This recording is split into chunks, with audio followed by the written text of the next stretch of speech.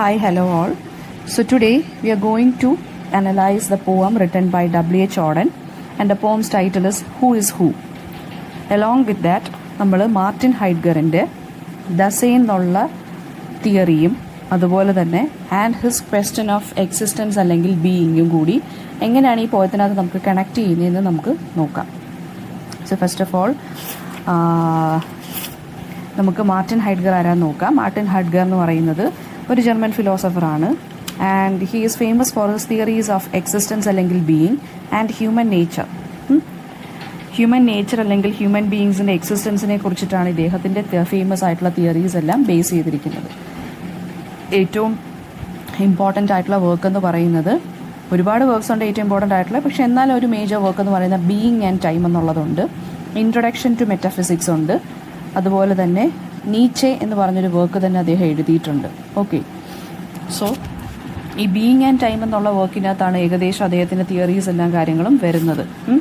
അപ്പോൾ ഈ ഹൈഡ്ഗറിൻ്റെ ദാസൈൻ എന്നുള്ള ടേം എന്താണ് എന്ന് നമുക്ക് ആദ്യമേ നോക്കാം. അപ്പോൾ ഇദ്ദേഹം സത്യം പറഞ്ഞാൽ മോഡേൺ ഫിലോസഫിയിൽ നിന്ന് കുറച്ച് ഡിപ്പാർട്ട് ചെയ്യുന്നൊരു മനുഷ്യനാണ്. അതായത് ട്രഡീഷണൽ ആയിട്ടുള്ള വാല്യൂസും അതും ഇതൊന്നും നോക്കുന്നൊരു വ്യക്തിയല്ല കേട്ടോ. ഇദ്ദേഹം കുറച്ച് ഡിഫറെൻ്റ് ആയിട്ട് തിങ്ക് ചെയ്യുന്ന ഒരാളാണ്. അപ്പോൾ ദസൈൻ എന്ന് വെച്ച് കഴിഞ്ഞാൽ എന്താണ്? ഒരു എക്സിസ്റ്റൻസ് ആണ്. ഹ്യൂമൻ ബീയിങ്സിൻ്റെ എക്സിസ്റ്റൻസ് ഉണ്ടല്ലോ, നമ്മളിങ്ങനെ എക്സിസ്റ്റ് ചെയ്യുന്നു ഒരു സ്ഥലത്ത്, നമ്മൾ കുറേ ആളുകളുടെ ഇടയിൽ എക്സിസ്റ്റ് ചെയ്യുന്നു, അതിനെയാണ് നമ്മൾ ദസൈൻ എന്ന് പറയുന്നത്. DASEIN. ഓക്കെ, സോ ആ ഒരു കൈൻഡ് ഓഫ് ബീയിങ് ഉണ്ട് ഹ്യൂമൻ ബീയിങ്സിൻ്റെ. അതിനെക്കുറിച്ചിട്ടാണ് നമ്മുടെ ഹൈഡ്ഗറിൻ്റെ മെയിൻ ആയിട്ടുള്ള തിയറി ബേസ് ചെയ്തിരിക്കുന്നത്. ഹ്യൂമൻ എക്സിസ്റ്റൻസ് എന്താണ്, ആ ഈ എക്സിസ്റ്റൻസിൽ നമ്മൾ എങ്ങനെയാണ് എക്സിസ്റ്റ് ചെയ്യുന്നത്, നമ്മളെങ്ങനെയാണ് ഈ ഒരു കുറേ ആളുകളുടെ ഇടയിൽ നമ്മൾ ലോൺലി ആയിട്ടാണെന്നുണ്ടെങ്കിൽ, നമ്മൾ ഓരോരുത്തരും എക്സിസ്റ്റ് ചെയ്യുന്നുണ്ടെങ്കിൽ നമ്മൾ നമ്മുടേതായിട്ടുള്ള ലോകത്ത് ലോൺലിയാണ്. അപ്പോൾ അതെങ്ങനെയാണ് ആ ഒരു കൈൻഡ് ഓഫ് എക്സിസ്റ്റൻസ് മൂവ് ചെയ്യുന്നത്, അല്ലെങ്കിൽ എങ്ങനെയാണ് നമ്മൾ അതിനെ എസ്റ്റാബ്ലിഷ് ചെയ്യുന്നത്, ഇതൊക്കെയാണ് നമ്മൾ ഈ ഒരു തിയറിക്കകത്ത് സംസാരിക്കുന്നത്. ദെൻ ഈ പോയിൻറ്റ്സ് ഒക്കെ എങ്ങനെയാണ് നമ്മുടെ പോയത്തിനകത്ത് വരുന്നതെന്നാണ് നമ്മൾ നോക്കുന്നത്. അപ്പോൾ കുറച്ചും കൂടി എക്സ്പ്ലെയിൻ ചെയ്യാൻ നമുക്ക് പോയം കൂടെ സ്റ്റാർട്ട് ചെയ്യുമ്പോൾ നമുക്ക് കുറച്ചും കൂടി എക്സ്പ്ലെയിൻ ചെയ്യാൻ സാധിക്കും. അപ്പോൾ ഹൂ ഈസ് ഹൂ എന്നുള്ളതാണ് നമ്മുടെ പോയത്തിൻ്റെ title, written by W.H. Auden. W.H. Auden എന്ന് പറയുന്നത് ഒരു ഇംഗ്ലീഷ് ബോൺ പോയറ്റാണ്. ആൻഡ് ദെൻ ഇദ്ദേഹം ക്രിസ്റ്റഫർ ഇഷർവുഡ് എന്നുള്ള റൈറ്ററുമായിട്ട് കൊളാബറേറ്റ് ചെയ്തിട്ടാണ് ഒരുപാട് വേഴ്സ് ഡ്രാമാസ് ഒക്കെ ഇദ്ദേഹം എഴുതിയിട്ടുണ്ട്. പിന്നെ W.H. Auden കാരണം ഇൻഫ്ലുവൻസ് ആയ കുറേ പോയറ്റ്സ് ഉണ്ട്.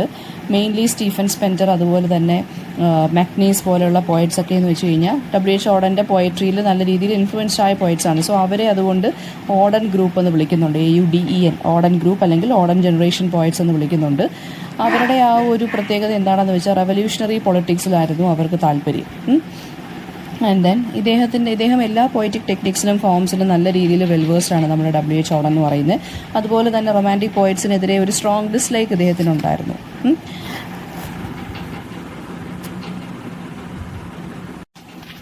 അദ്ദേഹത്തിൻ്റെ അടുത്ത ഇമ്പോർട്ടൻറ്റ് വർക്ക്സ് എന്ന് പറയുന്നത് in memory of W.B. Yeats, the unknown citizen ഒക്കെയാണ്. അദ്ദേഹത്തിന് Pulitzer prize 1948 the age of anxiety എന്നുള്ള വർക്കിന് കിട്ടിയിട്ടുണ്ട്.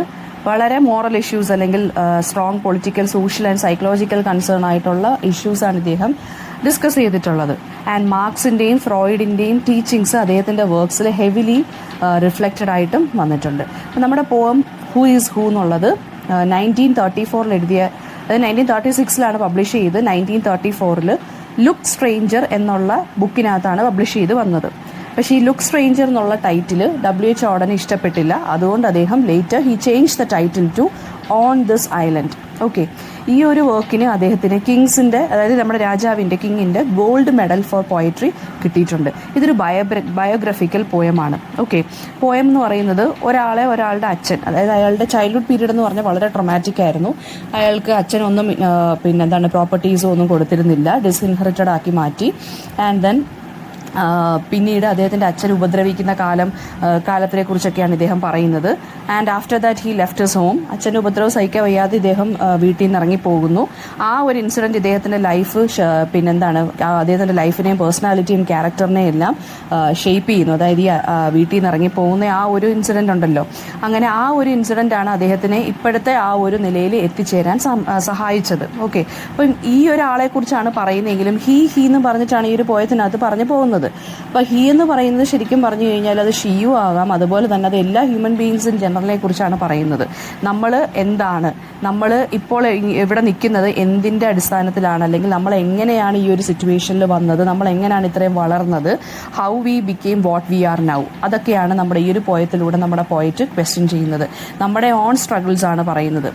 പിന്നെ പ്രോട്ടഗോണിസ്റ്റ് എന്ന് പറയുന്നത് അല്ലെങ്കിൽ സ്പീക്കർ എന്ന് പറയുന്നത് ഇവിടെ ഹി എന്നാണ് പറഞ്ഞിരിക്കുന്നത് നമ്മുടെ പോയറ്റ്.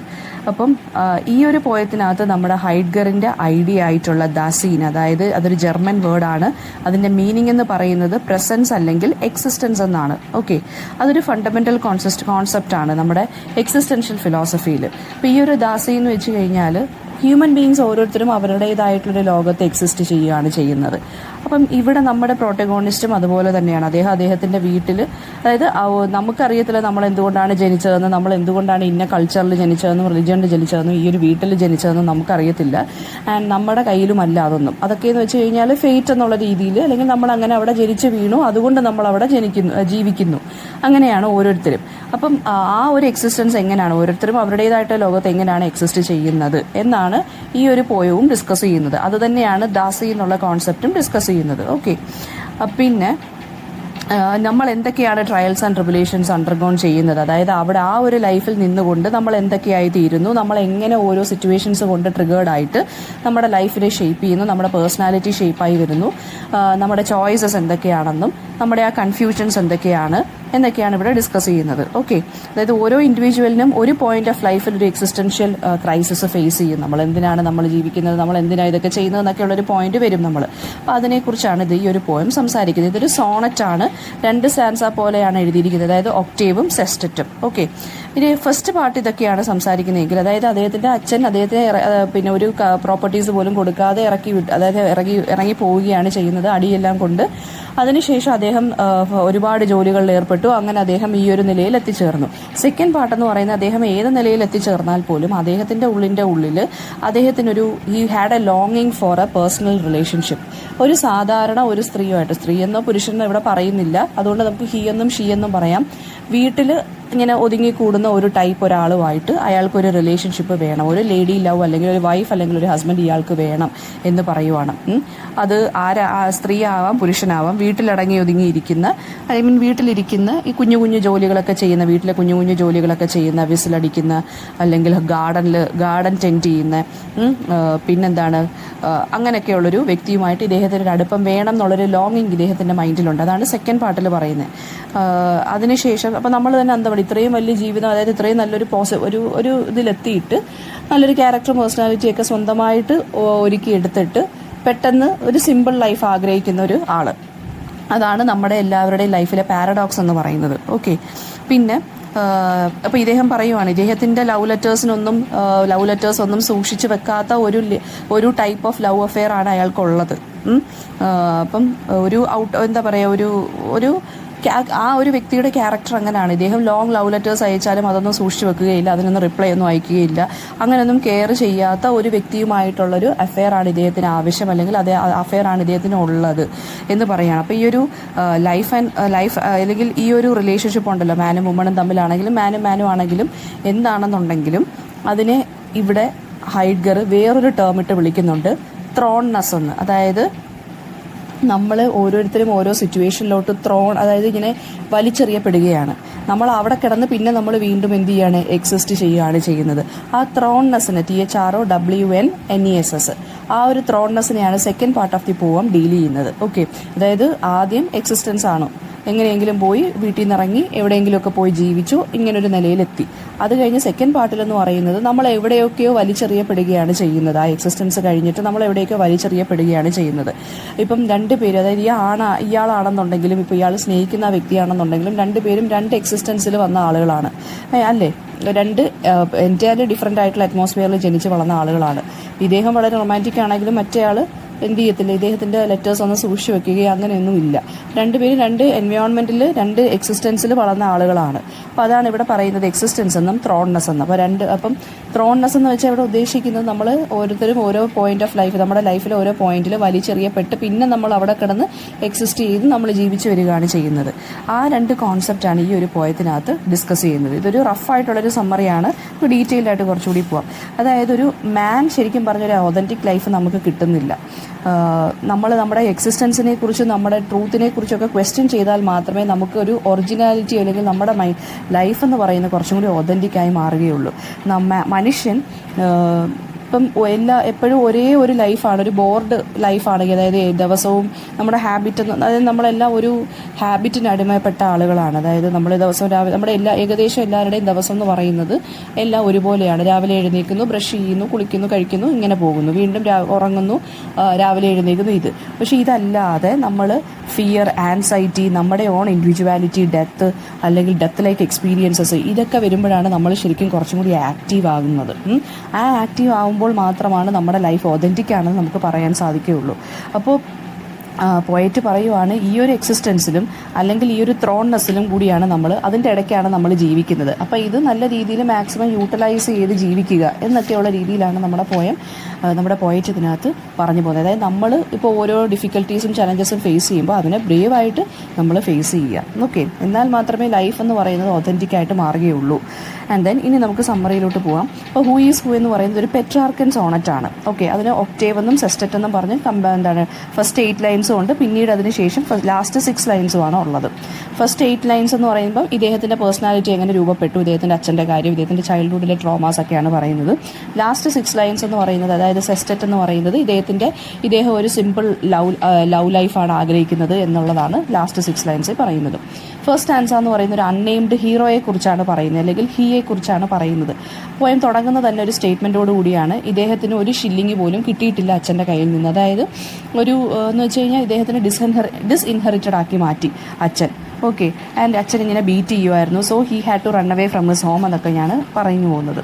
ആൻഡ് അങ്ങനെ അദ്ദേഹത്തിൻ്റെ ഒരു ബയോഗ്രഫി പോലെ. അപ്പോൾ അദ്ദേഹം അങ്ങനെ സ്ട്രഗിൾസ് ഒക്കെ ഇങ്ങനെ യൂത്തിൻ്റെ സമയത്ത്, അതായത് വളരെ യങ്ങായിട്ടുണ്ടെന്ന സമയത്ത് ഇദ്ദേഹം ഒരുപാട് സ്ട്രഗിൾ ചെയ്തു. അങ്ങനെ ഇയാളൊരു ഗ്രേറ്റ് മാനായി മാറി. അങ്ങനെ now he is A greatest figure എന്നാണ് പറയുന്നത്. സെക്കൻഡ് സ്റ്റാൻസയ്ക്കകത്ത് പറയുന്നതെന്ന് വെച്ച് കഴിഞ്ഞാൽ എങ്ങനെയാണ് ഇയാൾ ഗ്രേറ്റായി മാറിയത്. ഓക്കെ, പോയിട്ട് അതായത് ഇദ്ദേഹം ചെയ്തിട്ടുള്ള ജോലികളെക്കുറിച്ച് അല്ലെങ്കിൽ ഇദ്ദേഹം ഫേസ് ചെയ്തിട്ടുള്ള ചലഞ്ചസിനെ കുറിച്ചാണ് പറയുന്നത്. ഇദ്ദേഹത്തിന് വീട്ടിൽ നിന്ന് ഇറങ്ങിയപ്പോൾ ഇദ്ദേഹത്തിന് ഒരുപാട് ചലഞ്ചസ് ഫേസ് ചെയ്യേണ്ടി വന്നു. നമ്മൾ വീണ്ടും എന്താണ് കാണിക്കുന്നത് അവിടെ, നമ്മൾ ആ എക്സിസ്റ്റൻസിൽ നിന്ന് മാറി we are being thrown to an outside world, അല്ലേ, ഒരു വൾണറബിൾ വേൾഡിലോട്ട് നമ്മളെ വീണ്ടും ആരോ വലിച്ചെറിയുകയാണ് ചെയ്യുന്നത്. അപ്പോൾ അവിടെ വെച്ച് ഇദ്ദേഹത്തിന് ഫിഷ് ചെയ്യേണ്ടി വന്നു, ഫൈറ്റ് ചെയ്യേണ്ടി വന്നു, ഹണ്ട് ചെയ്യേണ്ടി വന്നു, വർക്ക് ചെയ്യേണ്ടി വന്നു, രാത്രിയിലൊക്കെ കംപ്ലീറ്റ് വർക്ക് ചെയ്യേണ്ടി വന്നു.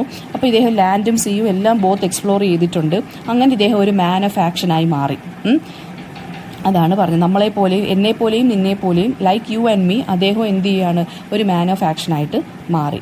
ഓക്കെ, അങ്ങനെ ഇദ്ദേഹത്തിൻ്റെ ഈ ഒരു ലൈഫിനെ കുറിച്ച് പഠിക്കാനൊക്കെ ഒരുപാട് പേര് വന്നെന്നും, അതായത് ഒരുപാട് വണ്ടറസ് ആയിട്ടുള്ള ലൈഫായിരുന്നു ഇദ്ദേഹത്തിനെന്നും ഒക്കെ പറയുവാണ്. Then though this man was lauded and appreciated by everyone, അദ്ദേഹത്തിന് ഒരു കുഞ്ഞ് ലവ് വേണമായിരുന്നു. അതായത് അദ്ദേഹത്തിനൊരു അഫെയർ വേണമായിരുന്നു. അഫെയർ എന്ന് വെച്ചാൽ ഒരു റിലേഷൻഷിപ്പിൽ, അദ്ദേഹത്തിന് ഒരു സിമ്പിൾ റിലേഷൻഷിപ്പിൽ ആകണമായിരുന്നു. അദ്ദേഹം ഇത്രയും ഗ്രേറ്റ് ആണെന്ന് പറഞ്ഞാൽ പോലും അദ്ദേഹം ആഗ്രഹിച്ചതെന്ന് വെച്ചാൽ ഒരു സിമ്പിൾ റിലേഷൻഷിപ്പാണ്. ആ സിമ്പിൾ റിലേഷൻഷിപ്പിലുള്ള വ്യക്തി അതാണാണോ പെണ്ണാണോ എന്ന് പോയതിൽ പറഞ്ഞിട്ടില്ല. അപ്പം ആ വ്യക്തി അദ്ദേഹത്തിൻ്റെ ലവ് ലെറ്റേഴ്സ് പോലും സേഫായിട്ട് കീപ്പ് ചെയ്തിരുന്നില്ല. അതായിരുന്നു വേറൊരു ഐറണി എന്ന് പറയുന്നത്. അപ്പോൾ ഇദ്ദേഹം സാറ്റിസ്ഫൈഡ് ആയിരുന്നില്ല ഈ ഒരു ലവ് അഫെയറിൽ. അതായത് പക്ഷേ ഇദ്ദേഹം എന്ത് ചെയ്യായിരുന്നു, ഒരു സിമ്പിൾ ഹോമിൽ അല്ലെങ്കിൽ ഒരു സിമ്പിൾ ലൈഫ് അല്ലെങ്കിൽ ഒരു സിമ്പിൾ റിലേഷൻഷിപ്പ് ക്രേവ് ചെയ്തിരുന്ന ഒരു മനുഷ്യനായിരുന്നു. അത് പക്ഷേ ഇദ്ദേഹത്തിന് കിട്ടിയതെന്ന് വെച്ച് കഴിഞ്ഞാൽ അത്രയ്ക്ക് റൊമാൻറ്റിക് ഒന്നും അല്ലാത്തൊരു വ്യക്തിയായിരുന്നു. ഓക്കെ, അപ്പം അവരുടെ ജോലി എന്താണെന്ന് വെച്ച് കഴിഞ്ഞാൽ ഹി ഓർ ഷി ആരെങ്കിലും ആയിക്കോട്ടെ, അവർ ലിറ്റിൽ ജോബ്സൊക്കെ ചെയ്തുകൊണ്ട് വീടിലെല്ലാം അങ്ങനെ ചുറ്റിക്കറങ്ങി വേറെ ഒരു പണിയും ഇല്ലാതെ വിസിലൊക്കെ അടിച്ച് ഇതുപോലെ ഗാർഡനിലൊക്കെ പോയി ഒന്ന് കറങ്ങി അങ്ങനെ ഇരിക്കുന്നൊരു വ്യക്തിയാണ് ഇയാൾ ഇഷ്ടപ്പെട്ടത്.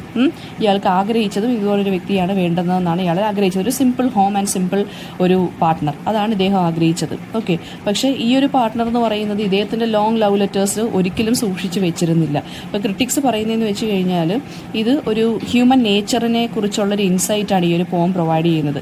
ഇദ്ദേഹം ഒരു ഗ്രേറ്റസ്റ്റ് സെലിബ്രിറ്റി, മോസ്റ്റ് പവർഫുൾ പേഴ്സണും വെൽത്തിയസ്റ്റ് മാനും ഒക്കെ ആയി മാറി, most well loved by the whole world. പക്ഷേ he was secretly craving for a down to earth individuals love.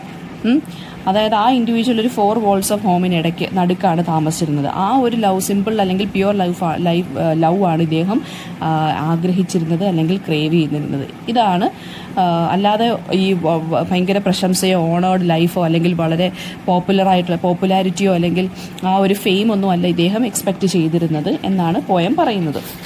ഇത്രയും വെച്ചിട്ട് പോയം എൻഡ് ചെയ്യുകയാണ്. നമുക്ക് ഇനി ഇതിനകത്തുള്ള ഷോർട്ട് ക്വസ്റ്റ്യൻസും കൂടി നോക്കാം. 1936 പോയം പബ്ലിഷ് ചെയ്തു. പിന്നെ ഇതൊരു സോണറ്റ് ആണെന്നുള്ള കാര്യം. ആൻഡ് എന്താണ് തീമെന്ന് ചോദിച്ചു കഴിഞ്ഞാൽ ഈ ഒരു പോയം കാണിക്കുന്നതെന്ന് വെച്ചാൽ whatever we are and how we become, എങ്ങനെയാണ് നമ്മൾ ഇങ്ങനായി മാറിയതെന്നും നമ്മൾ ആരാണ്, നമ്മൾ എന്താണ്, ഇതാണ് ഈ ഒരു പോയം ഡിസ്കസ് ചെയ്യുന്നത്. ഒരു ബയോഗ്രഫിക്കൽ പോയമാണ് കേട്ടോ.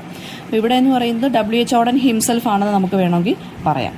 ദെൻ ദാസി എന്നുള്ള മീനിങ് എന്താണെന്ന് ഞാൻ പറഞ്ഞു. ജർമ്മൻ വേർഡാണ്. അതിൻ്റെ മീനിങ് എന്ന് വെച്ചാൽ എക്സിസ്റ്റൻസ് എന്നാണ്. ഓക്കെ. പിന്നെ മാർട്ടിൻ ഹൈഡ്ഗർ എന്നുള്ള വ്യക്തി ആരായിരുന്നു? ജർമ്മൻ ഫിലോസഫറാണ്. ഈ ത്രോൺനെസ് എന്നുള്ളൊരു വാക്ക് ഞാൻ നേരത്തെ യൂസ് ചെയ്തു. അത് ഹൈഡ്ഗറിൻ്റെ തന്നെ കോൺസെപ്റ്റ് ആയിട്ടുള്ള വോർഫൻ ഹൈറ്റ് എന്നുള്ളൊരു ടേമിൻ്റെ ഇംഗ്ലീഷ് ട്രാൻസ്ലേഷനാണ് ത്രോൺനെസ് എന്ന് പറയുന്നത്. വോർഫൻ ഹൈറ്റ്, അതായത് GEWORFENHEIT.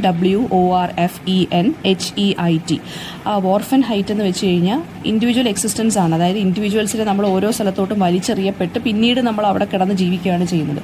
Being thrown in the world. Okay, അതാണ് വോർഫൻ ഹൈറ്റ് എന്ന് പറയുന്നത്. ഈ ഒരു കോൺസെപ്റ്റും ഈ ഒരു പോയത്തിനകത്ത് വരുന്നുണ്ട്. ദെൻ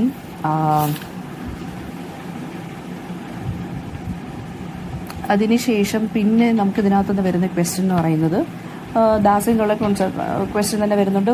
പിന്നെ വോർഫൻ ഹൈറ്റ് എന്താണെന്ന് പറയുന്നുണ്ട്. ദെൻ ഈ ഒരു പോയത്തിനകത്ത് ദാസി എന്നുള്ള കോൺസെപ്റ്റും വോർഫൻ ഹൈറ്റ് എന്നുള്ള കോൺസെപ്റ്റും എങ്ങനെയൊക്കെയാണ് ഇൻക്ലൂഡഡ് ആയിട്ട് വരുന്നത്. അപ്പോൾ ഇതൊരു ഫേമസ് പേഴ്സൻ്റെ ബയോഗ്രഫിയാണ് ഈ ഒരു പോയം എന്ന് പറഞ്ഞിട്ട് നിങ്ങൾക്ക് സ്റ്റാർട്ട് ചെയ്യാം. ഒരു പിന്നെന്താണ്, ഇദ്ദേഹത്തിൻ്റെ ചൈൽഡ്ഹുഡ് എങ്ങനെയാണെന്നും ഇദ്ദേഹം എങ്ങനെയാണ് ഒരു ഫേമസ് ആയി മാറിയെന്നും എന്തൊക്കെ ജോലി ചെയ്തിട്ടുണ്ടെന്നും ഒക്കെ നിങ്ങൾക്ക് പറയാം. ഓക്കെ. പിന്നെ ഈ എക്സിസ്റ്റൻസിൻ്റെ കാര്യം പറയുമ്പോൾ എന്താണ്, ഹ്യൂമൻ ബീയിങ്സ് എന്താണ് എക്സിസ്റ്റ് ചെയ്യുകയാണ് ചെയ്യുന്നത്. ജനിക്കുമ്പോൾ നമ്മളെല്ലാവരും നമ്മുടേതായിട്ടൊരു എക്സിസ്റ്റൻസിലാണ് നിൽക്കുന്നത്. ഇയാൾക്ക് ഡിസ്ഇൻഹെറിറ്റഡ് ലൈഫായിരുന്നു ഉണ്ടായിരുന്നത്. പിന്നെന്താണ്, അതുകൊണ്ട് ഇദ്ദേഹം എന്ത് ചെയ്തു, വീട് വിട്ട് അദ്ദേഹം എന്തായി മാറി, അദ്ദേഹം ഒരുപാട് സ്ട്രഗിൾസ് ഒക്കെ ഫേസ് ചെയ്ത് യങ്ങർ ഏജിൽ. എന്നിട്ട് ഇദ്ദേഹം വീട് വിട്ട് പോയപ്പോഴാണ് ഇദ്ദേഹം എക്സിസ്റ്റൻസ് എന്താണെന്ന് മനസ്സിലാവുന്നത്. ഓക്കെ, അതായത് ഇദ്ദേഹം പല ജോലികൾ ചെയ്തു. അങ്ങനെയാണ് ഇദ്ദേഹം ഗ്രേറ്റ് ആയിട്ട് മാറിയത്. ഇദ്ദേഹം ഓരോ പോയിന്റിലോട്ട് വലിച്ചെറിയപ്പെടുകയാണ് ചെയ്തത്. അപ്പോൾ അവിടെ വാർഫൻ ഹൈറ്റ് എന്നുള്ള ഒരു പോയിന്റും കൂടി വരുന്നുണ്ട്. വലിച്ചെറിയപ്പെടുന്നു ഓരോ പോയിന്റിലും ഓരോ സമയത്തും. അങ്ങനെ ഓരോ സ്ഥലത്ത് കിടന്ന് ഇദ്ദേഹം ഈ ഇന്നത്തെ ആ ഒരു ഗ്രേറ്റസ്റ്റ് ഫിഗർ ആയിട്ട് മാറി. ഓക്കെ. പിന്നീട് പറയുന്നത് ലേഡി ലവിനെ കുറിച്ച് അല്ലെങ്കിൽ പാർട്ട്ണറിനെ കുറിച്ചാണ് പറയുന്നത്. ഒരു സ്വീറ്റ് ഹാർട്ടിനെ പോലെ ഒരു ഓർഡിനറി ലൈഫ് ലീഡ് ചെയ്യുന്ന ഒരു സ്വീറ്റ് ഹാർട്ട്.